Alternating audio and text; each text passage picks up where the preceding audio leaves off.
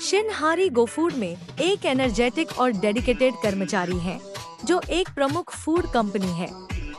उनके दिन hard work से भरे होते हैं और वह हमेशा ऑफिस में अपनी ब्राइट और चीयरफुल पर्सनैलिटी लेकर आती हैं। अपने बिजी वर्क लाइफ के बावजूद हारी अपने लंबे समय से दोस्त मिनवू के लिए सीक्रेटली फीलिंग्स रखती है, जो उनके अफेक्शन से अनजान है। लेकिन उनकी लाइफ एक ड्रामेटिक टर्न लेती है जब उनकी बेस्ट फ्रेंड जिन यंगसो उनकी हेल्प मांगती है। यंगसो एक चैबोल हेरिस, जो अपने फैशन सेंस और इंडिपेंडेंट स्पिरिट के लिए जानी जाती है, को अपने पिता द्वारा अरेंज किए गए ब्लाइंड डेट से नफरत है।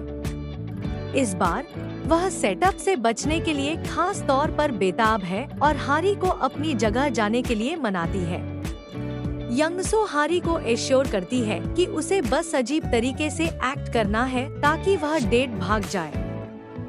अनिच्छा से हारी मान जाती है, सोचते हुए कि यह सिर्फ एक सिंपल मामला होगा शाम को बर्बाद करने का। हारी एक लग्जरी रेस्टोरेंट में पहुंचती है, उसके नर्व्स ऑन एज। वह यंगसो की वार्डरोब से उधारी एक एलिगेंट आउटफिट में तैयार है। डेट को बर्बाद करने के लिए दृढ़ संकल्पित, उसने एक ओवर टॉप क्वर्की पर्सनालिटी अपनाई है, जो अपने डेट को डराने के लिए तैयार है। जैसे ही वह टेबल के पास जाती है, वह चौंक जाती है कि उसका डेट कोई और नहीं बल्कि गोफूड के नए सीईओ कंग ताइमू है। ताइमू एक स्ट्राइकिंग फिगर हैं, जिनकी कमांडिंग प्रेजेंस और सीरियस डिमीनर है। हाल ही में विदेश से लौटे वह अपने दादाजी के लगातार मैचमेकिंग के प्रेशर में है। हारी को यह नहीं पता कि ताइमू अपने दादाजी के लगातार मैचमेकिंग से थक चुके हैं और उन्होंने तय कर लिया है कि वह अगली महिला से शादी करेंगे। चाहे वह कोई भी हो, यह डेट उनके लिए बस एक फॉर्मेलिटी है, डेटिंग की परेशानी खत्म करने के लिए। हारी की हरकतें, जो उसे दूर करने के लिए थीं, बस उनकी रुचि को बढ़ाती हैं। वह अजीब सवालों और विचित्र टिप्पणियों के साथ शुरू करती है, उम्मीद करती है कि वह उसे दूर कर देगी। तो क्या आपको गायें पसंद है? हारी पूछती है। उसकी आवाज में जबरदस्त उत्साह झलक रहा है। ताइमू बजाय हटने के एक भौं उठाते हैं और हल्की जिज्ञासा से जवाब देते हैं, गायें? हाँ, मुझे लगता है कि वे फैस्किनेटिंग हैं। मुंह, हारी कहती है, एक प्लेफुल मोइंग साउंड जोड़ते हुए। ताइमू के होठों पर हल्की मुस्कान आ जाती है। वह उसके बर्ताव को बाकी डेट से अलग और रिफ्रेशिंग पाते हैं। अपने प्रयासों को बढ़ाते हुए हारी जानबूझकर बहुत क्लमसी बन जाती है। अपने पानी का गिलास गिराकर अपने ऊपर पानी गिरा लेती है। ताइमू परेशान होने के बजाय उसे एक नैपकिन देते हैं और उसकी मदद करते हैं। उनका मनोरंजन बढ़ता जा रहा है। जैसे जैसे शाम बीतती है, हारी की योजना पर आत्मविश्वास कम होता जाता है। अजीब और अपमानजनक एक्टिंग के सभी प्रयास ताइमू को और भी ज्यादा इंटरेस्टेड करते जा रहे हैं। डिनर के अंत तक हारी परेशान हो जाती है, अपने प्रयासों में विफल रही। ताइमू उसे टैक्सी तक छोड़ते हैं और उससे पहले कि वह भाग सके, वह उसकी आंखों में देखकर एक दृढ़ संकल्प के साथ कहते हैं, मैंने तय कर लिया है, मैं तुमसे शादी करना चाहता हूँ। ताइमू घोषित करते हैं। हारी को बोलती बंद हो जाती है। उसकी मानसिकता इस अप्रत्याशित प्रस्ताव से चकरा जाती है। वह हकला कर एक कंफ्यूज्ड जवाब देती है, लेकिन ताइमू अडिग रहते हैं। वह उसे गुड नाइट कहकर छोड़ देते हैं और वह शॉक में घर जाती है। उसके विचार कंफ्यूजन और अविश्वास से भरे हुए। अगले दिन ताइमू अपने शानदार ऑफिस में बैठे पिछले रात के अजीब डेट पर विचार करते हैं। हारी के हर प्रयास के बावजूद शाम को बर्बाद करने के लिए वह उसकी अनूठी पर्सनैलिटी से आकर्षित होते हैं। वह अपने सेक्रेटरी को मैरिज कॉन्ट्रैक्ट तैयार करने का निर्देश देते हैं, इस विश्वास के साथ कि हारी जिसे वह अभी भी जिन यंगसो मानते हैं वही महिला है जिससे वह शादी करना चाहते हैं।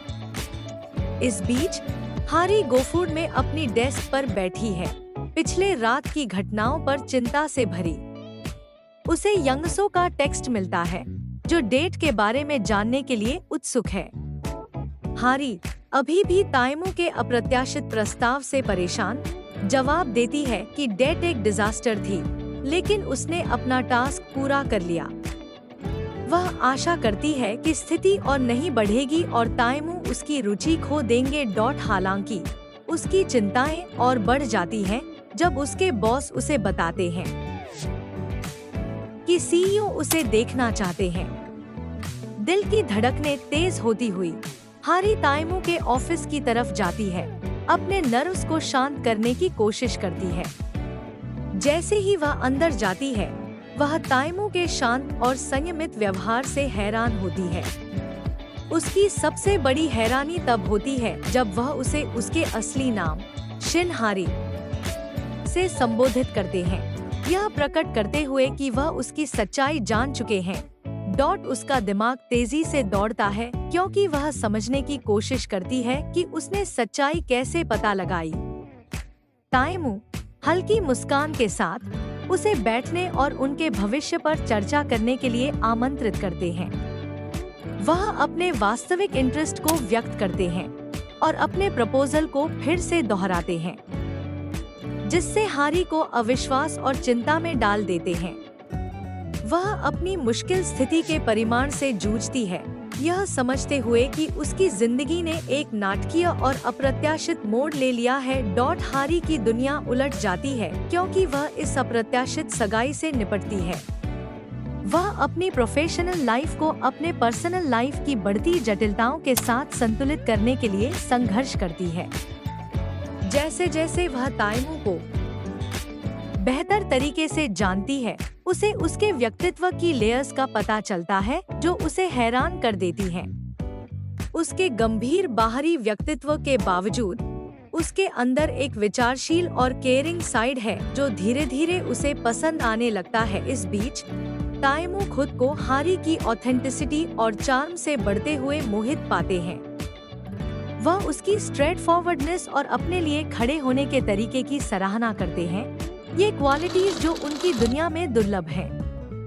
उनके इंटरेक्शंस हास्यास्पद गलतफहमियों और दिल को छूने वाले पलों से भरे हुए हैं, जो धीरे धीरे एक ऐसा कनेक्शन बनाते हैं जिसकी उन्हें उम्मीद नहीं थी।